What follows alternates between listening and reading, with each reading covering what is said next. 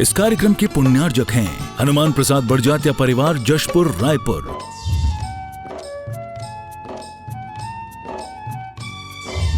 राजकुमार सुधा जैन, विनोद संजना जैन, दिलीप सीमा जैन, रासु शीतल, राहुल अदिति, पुष्पा विमल पांड्या इंदौर, स्नेहलता विकास काला जयपुर, ममता सुरेश सेठी कोलकाता, सानू अमित जैन सूरत, पूर्वा हर्ष हितांश पाटनी कोलकाता, सलोनी हर्षवर्धन जैन आगरा, वेदिका यश पाटनी नागपुर, रचित मौलिक जीनांश वांशिक धैर्य वंदित जैन।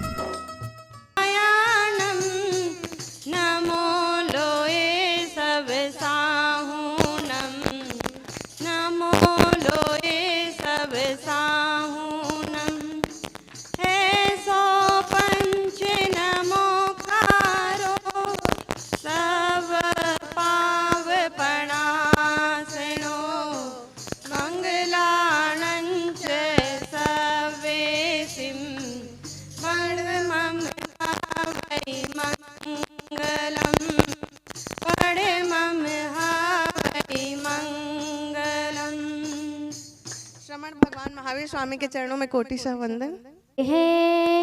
ये गुरुवर, ये ऋषिवर, ये मुनिवर, विद्यासागर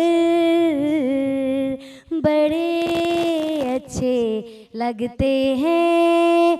ये गुरुवर, ये ऋषिवर, ये मुनिवर, विद्यासागर मेरे गुरु के सुंदर प्रवचन, मीठी उनकी वाणी, ऐसा लागे मुख से जैसे झरती हो जिनवाणी, झरता हो जैसे निर्झर कोई झरना, कोई नदिया, कोई सागर, विद्यासागर बड़े अच्छे लगते हैं। ये गुरुवर, ये ऋषिवर, ये मुनिवर, विद्यासागर मैं बतलाऊं मन के भाव बताने, गुरुवर शब्द कहाँ से लाऊं, शब्दों में ही ना समाए तेरी महिमा, तेरी गरिमा, तेरी उपमा अच्छे लगते हैं। ये गुरुवर, ये ऋषिवर, ये मुनिवर, विद्यासागर गुरुवर तुम्हारे मन में जैसे बहुजन को ही पाया, त्याग तपस्या देखी जो तुमको मैंने नदी बड़े ये मुनिवर विद्यासागर। संत श्रोमणी 108 श्री विद्यासागर जी महाराज की जय। आचार्य जिस परिसर पे हम खड़े हैं राठी धर्म काटा अमर बिल्डर्स श्री महेंद्र जी राठी परिवार का है। तालियां बजाकर एक बार अभिनंदन कर दीजिए। देखिए सौभाग्य कैसे मिलता है।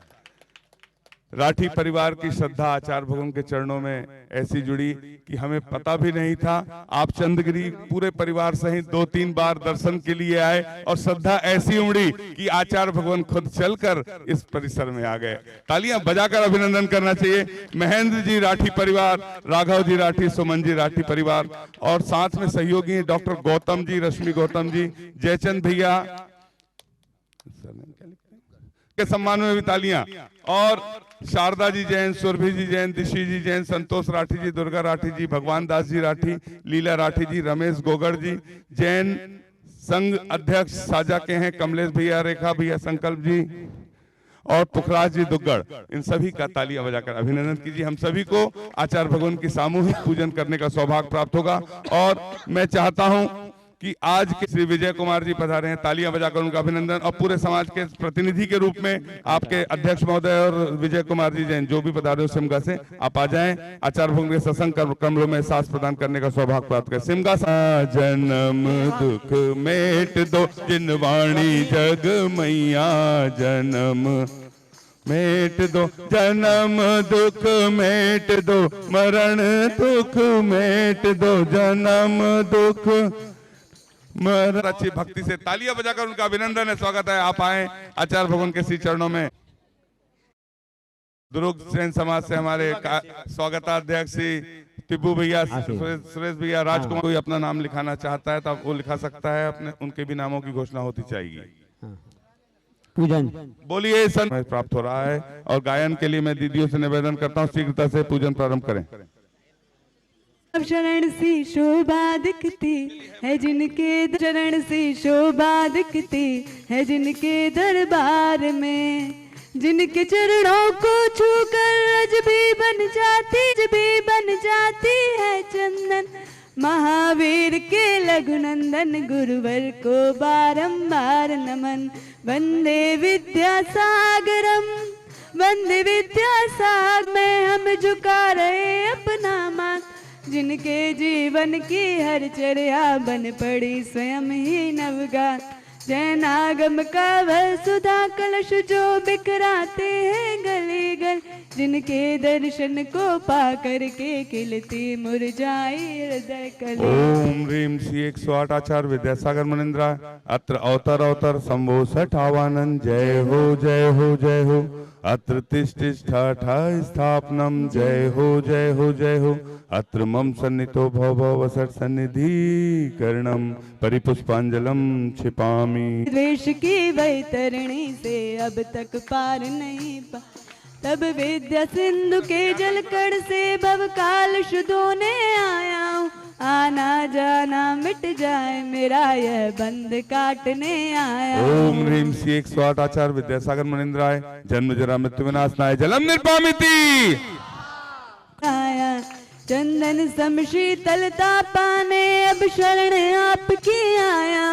संसार ताप मिट जाए मेरा चंदन वंदन को लाया। ओम ह्रीम श्री 108 आचार्य विद्यासागर मुनिंद्राय संसार ताप विनाशनाय चंदनम निर्पामिति। नेते भव और जगत का भटकाना, चरणों में अर्पित अक्षते अक्षय पद मुझको मिल जाए। तब ज्ञान अरुण की किरणों से यह कमल भी खिल जाए। ओम ह्रीम श्री 108 आचार्य विद्यासागर मुनिंद्राय अक्षय प्राप्ताय अक्षतान निर्पामिति।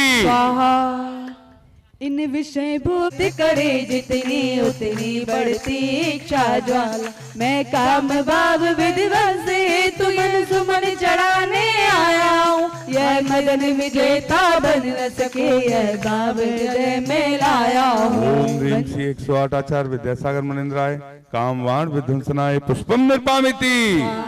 बख्श बचे फिर भी मन तृप्त नहीं कर पाया। मैं वेद समर्पित करके मैं तृष्णा की भूख मिटाऊंगा। अब और अधिक ना भटक सकूं यह मंत्र बोध जगाऊंगा। ओम ह्रीम श्री 108 आचार्य विद्यासागर मुनिंद्राय क्षुधारोग विनाशनाय नैवेद्यम निर्पामिति। राग द्वेष में लिप्त रहा इसे हाथ रहा पछताना। यह दीप समर्पित है मुनिवर मेरा तुम दूर भगा देना। तुम ज्ञान दी श्री 108 आचार्य विद्यासागर मुनिंद्राय महामोहांत कार विनाशनाय दीपम निर्पामिति। इन अशुभ कर्म ने घेरा है मैंने अब तक ये माना था। तब पाप कर्म तब पुण्य कर्म को चाह रहा अपनाना था। शुभ अशुभ कर्म सब रिपुदले में। ओम ह्रीम श्री 108 आचार्य विद्यासागर मुनिंद्राय अष्टकम दहनाय धूपम निर्पामिति। भोगों को इतना भोग आज मिटा डाला। मैं चिदानंद में लीन रहूं पूजा का यह फल पाना था जिसके द्वारा वह मिल बैठा मुझे ठिकाना। ओम ह्रीम श्री 108 आचार्य विद्यासागर मुनिंद्राय महामोक्ष प्राप्ताय फलम निर्पामिति। में ही अभ्यस्त रहा मैं हूँ स्वतंत्र ज्ञाता दृष्टा। मेरा पर से क्या नाता है कैसे नर्क पद पा जाऊं यह अरुण भावना भाता है। ओम ह्रीम श्री 108 आचार्य विद्यासागर मुनिंद्राय अनर्थ प्राप्ताय अर्घम निर्पामिति स्वाहा। आयु हो आप चिरायु हो, हम सबकी आयु लग जाए आप शतायु हो, आप शतायु हो। शाश्वत चारों धामिक तीरथ विद्यासागर हो, मेरी श्रद्धा मेरी भक्ति भावों की निर्मल सरिता में अब गाहन करने आया हूँ। मेरा सारा दुख दर्द हरो ये अर्घ बेटने आया हूँ। हे तपो मूर्ति एक सके युग युग तक आगामी वसंत। ओम ह्रीम श्री 108 आचार्य विद्यासागर मुनिंद्राय साक्षात कोदवा के इस नगर ग्राम में उपस्थित आचार्य भगवान के पावन पुनीत चरणों में जय माला पूर्णार्घम निर्पामिति। नमो सिद्धाणम नमो आयर्याणम नमो अध्यायाणम नमो लोये सब्बसाहूणम। कुंडलपुर के बड़े बाबा की गुरु नाम गुरु आचार्य ज्ञान सागर जी महाराज की, मूक माटी रचयिता आचार्य परमेश्वरी गुरुदेव की, पूज्य निरापक मुनि श्री समय सागर जी, योग सागर जी, नियम सागर जी, सुधा सागर जी, समता सागर जी व अभय सागर जी महाराज की, मुनि श्री चंद्र सागर जी व निरामय सागर जी महाराज की, अष्टानिका महापर्व की परे मोक्ष हेतु सभी ने सुना पड़ा होगा। आचार्य उमा स्वामी महाराज जी का यह सूत्र है। तत्व सूत्र में परे मोक्ष हेतु मतलब जो बात के दोनों हैं मोक्ष के कारण हैं। इसका मतलब जो पहले के वो किसके कारण कहला गए? संसार के कारण कहला गए। बात चल रही है ध्यान की। हमें ध्यान ही नहीं रहता हम क्या कर रहे हैं। ऐसा नहीं है, जीव को हमेशा ध्यान रहता है। अब कोई भी ध्यान हो सकता है। जो मोक्ष के कारण है वह धर्म ध्यान और शुक्ल ध्यान है। जो संसार के कारण है वो आत्म ध्यान और रज ध्यान है। सभी जानते हैं। सब ध्यान से सुन रहे कि नहीं सुन रहे आप लोग? हाँ, तो ध्यान की बात चल रही है।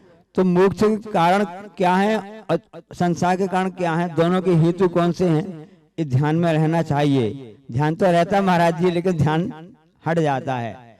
तो आत्म ध्यान और रौद्र ध्यान ये जो संसार के कारण है। अब आत्म ध्यान किसे कहते हैं, कौन से कहलाते हैं? सामायिक पाठ में पढ़ते हैं ना, इष्ट वियोग अनिष्ट योग में विश्व मनाता है मातम, हे सभी है विषय वासना उपाधे निर्मल आत्म। तो हमारी जो आत्मा है, जो जीव तत्व है, वही उपाधेय है। बाकी सभी तो हे है। हे कौन से हैं? इष्ट वियोग अनुसंयोग। क्यों हे है? क्योंकि आत्म ध्यान है और ये संसार के कारण है। तो उन आत्म ध्यानों को रोकने का उपाय क्या है? अब इष्ट का वियोग क्या कहलाता है? जिसको हम चाहते हैं, जिसको हम अपना समझते हैं, जो हमें पसंद है, उसका यदि वियोग हो जाता है तो हमको आत्म ध्यान होने लगता है। अनिष्ट संयोग क्या कहलाता है? कि जिसको हम चाहते नहीं है, जो पसंद नहीं करते हैं, वो हमको प्राप्त मिल जाती है। अरे अलग हो जाए, अलग हो जाए, हट जाए, हट जाए, हमारे नेत्रों से सामने से हट जाओ। जिसको हम पसंद करते हैं, जिसको हम पसंद करते हैं, उसकी कमियों को भूल जाते हैं। जिसको हम पसंद करते चाहते ना, उसकी हम कमियों को भूल जाते हैं। जिनको हम ना पसंद करते हैं, नहीं चाहते हैं, उसकी अच्छाइयों को भूल जाते हैं। एक कमी कहला गई हमारी। जिसको हम चाहते अच्छे हैं, वो कोई भी गलत काम भी करता रहेगा, हम उसको अनदेखा कर देंगे, क्योंकि हम उसको चाहते हैं। और जिसको हम चाहते नहीं है, पसंद नहीं करते हैं, तो थोड़ा भी उसकी अच्छाई भी हम सुन नहीं सकते हैं, क्योंकि हमको पसंद नहीं है वो व्यक्ति। ये हमारी कमी कहला गई। तो इष्ट वियोग कि हम नहीं चाह रहे, जो हम जिसको हम चाह रहे थे वह चाहे हमारे परिवार के सदस्य हों, हमारे मित्र हों, यदि उनका मरण आदि हो जाता है तो हम कितनी आकुलता व्याकुलता होती रहती है। उस समय ये आधन कहलाता है। उस वक्त पाप का कारण होता है, संसार का बंध का कारण हो जाता है। इसलिए उससे बचने के लिए एक ही उपाय है कि धर्म ध्यान करें। धर्म ध्यान क्या कहलाता है कि भगवान की स्तुति पूजन आराधना करें, जनवाणी का श्रवण करें, परोपकार करें, गुरु की आराधना करें, ये धर्म ध्यान है। माला फेरें, विधान करें, सब धर्म ध्यान के साधन हैं। तो धर्म ध्यान बहुत ही सरल है। आचार्य से किसी ने पूछा कि धर्म किसे कहते हैं, तो गुरु महाराज जी बहुत अच्छा उदाहरण दी, परिभाषा दी उसके लिए। एक लाइन बता दिया कि जो आज तक आपने किया नहीं है, जो आपने आज तक किया नहीं है, जो आपको अच्छा नहीं लगता है, उसी का नाम धर्म है। यदि हमने जब से जीव है तब से धर्म किया होता, हम क्यों भटकते रहे संसार सागर में? तो हमने आज तक वह किया नहीं है, हमको अच्छा नहीं लगता है, इसलिए हम उससे दूर हैं और संसार के कारण के अपनाते हुए संसार में घूम रहे हैं। परे मोक्ष हेतु, इसलिए मोक्ष जो कारण है वह धर्म ध्यान ही है। एक जगह लिखा था कि धर्म ध्यान कैसे होता है। धर्म कैसे होता है? साधु की संगति से होता है, सज्जनों की संगत से होता है, अच्छे कार्य करने से होता है। तो एक जगह लिखा हुआ था कि यदि मान लो साधु का साथ मिल जाता है तो क्या हो जाता है? दिन मंगल हो जाता है। साधु का साथ मिल जाता तो दिन मंगल हो जाता है। और यदि साधु से फरियाद कर ली तो मन मंगल हो जाता है। हो जाए ना, फरियाद कर ली तो मन मंगल हो जाता है। और यदि साधु के संतों के चरण स्पर्श कर लिए तो हमारा तन मंगल हो जाता है। हो जाए ना साहब कि हम आज तो बड़े प्रसन्न हो गए, आज हमको ऐसा सौभाग्य मिल गया। और यदि साधु की शरण में आ गए तो चेतन मंगल हो जाता है, ये आत्मा मंगल हो जाता है। और यदि साधु के आहार अपने चौके में करवा लिए, साधु जिस मकान में ठहर गए तो वह भवन मंगल हो जाता है, वह स्थान मंगल हो जाता है। और यदि साधु का हमने साधु के साथ में हो गए तो हमारा जीवन मंगल हो जाता है। ऐसे मंगल कामना हमेशा करते रहना चाहिए, यही धर्म ध्यान के साधन बनते हैं। किसी ने पूछा कि ड्राइवर और कंडक्टर में क्या अंतर है? ड्राइवर कंडक्टर में क्या अंतर है? तो बहुत ही अच्छा अंतर है। यदि कंडक्टर सो गया तो किसी की टिकट नहीं कटेगी, भाई सब बिना टिकट यात्रा करेंगे। यदि कंडक्टर सो गया, सब यात्री बैठे हैं, तो कोई टिकट काटने वाला कोई भी नहीं है, सब आराम से फ्री यात्रा पहुंच जाएंगे। तो कंडक्टर सो गया तो किसी की टिकट नहीं कटेगी। और यदि ड्राइवर सो गया तो सबकी, समझ में आ गया ना? तो हमारी टिकट सही कटे, सही ढंग से कटे, समय के पहले ना कटे, इसके लिए आवश्यक हम धर्म ध्यान करते रहें, जो कि मोक्ष का कारण बनता है। एक कथानक आपने सुना होगा, आपको बता देते हैं कि वह विप्र परिवार से था, इतनी आय वगैरह नहीं होती थी घर का खर्च चल सके, सब जगह भिक्षा मांगता था। परिवार में धर्मपत्नी भी थी, बेटे भी थे। उसको बड़ी दिक्कत आती थी कि सब जगह भिक्षा के लिए जाना पड़ता है और परेशानी होती है। यदि कोरोना वगैरह ऐसा माहौल बन जाता है और कोई ऐसी बीमारी आ जाती है तो लोगों को अपनी चिंता रहती है, पर की चिंता तो रहती नहीं है। ऐसी स्थिति में भीख में मिलना बड़ी मुश्किल हो जाती है, भिक्षा मिलना। उसने सोचा ये रोज रोज परेशानी होती है, क्यों न ऐसा किया जावे कि चल करके राजा के सामने मांग लिया जावे। राजा तो राजा होता है, उसमें सब काफी वैभव होता है, उदार भी होते हैं, तो सबके लिए देते हैं, हमको इसे मिल जाएगा तो हमारा परिवार का कल्याण हो जाएगा। इस भावना से वह सोच करके जाता है, कौन सा दिन चुने अच्छा करें। उन्होंने दशहरा का दिन आने वाला है, कल दशहरा का दिन आने वाला है, तो कल अपन चलकर वहां पर जाएंगे, राजा से मांगेंगे तो राजा हमको कुछ ना कुछ अच्छी सामग्री दे देगा, कई दिनों से हमारा खर्चा पानी निकल आएगा। उसने अपनी पत्नी से कहा कि कुछ थैली में सामान दे देना, वहाँ राजा के पास जाना पड़ेगा, तो कुछ खाने के लिए कुछ सामान दे दो। अब राजा वहां से रस से आ रहा था, सही देखो। राजा ने सोचा आज दशहरा का दिन है, अब मुझको जो सबसे पहले मिल जाएगा मैं उससे कुछ ना कुछ मांग लूंगा अपने राज्य के लिए। इस जितने भी प्रजाजन है उनके कल्याण के लिए जो भी हमको मिल जाएगा, साधु संत मिल जाएगा, जो व्यक्ति मिल जाएगा, हम उससे भीख मांग लेंगे कि हमको दे दो, तो मेरी इसमें मान कसाई भी कम हो जाएगी। और दूसरी बात है कि हमको कुछ अच्छा मिल जाएगा, आज दशहरा का दिन है। अब यहाँ से वह जो विप्र था, जो काफी गरीबी में अपने दिन काट रहा था, यहाँ से जाना उसका होता है और वहां से रथ पर राजा का आना हो जाता है। अब वह सोचता है, विप्र सोचता है, अरे आज मेरा बड़ा अच्छा दिन है, मेरा दिन तो आज मंगल हो गया, क्योंकि सामने से राजा स्वयं आ रहे हैं।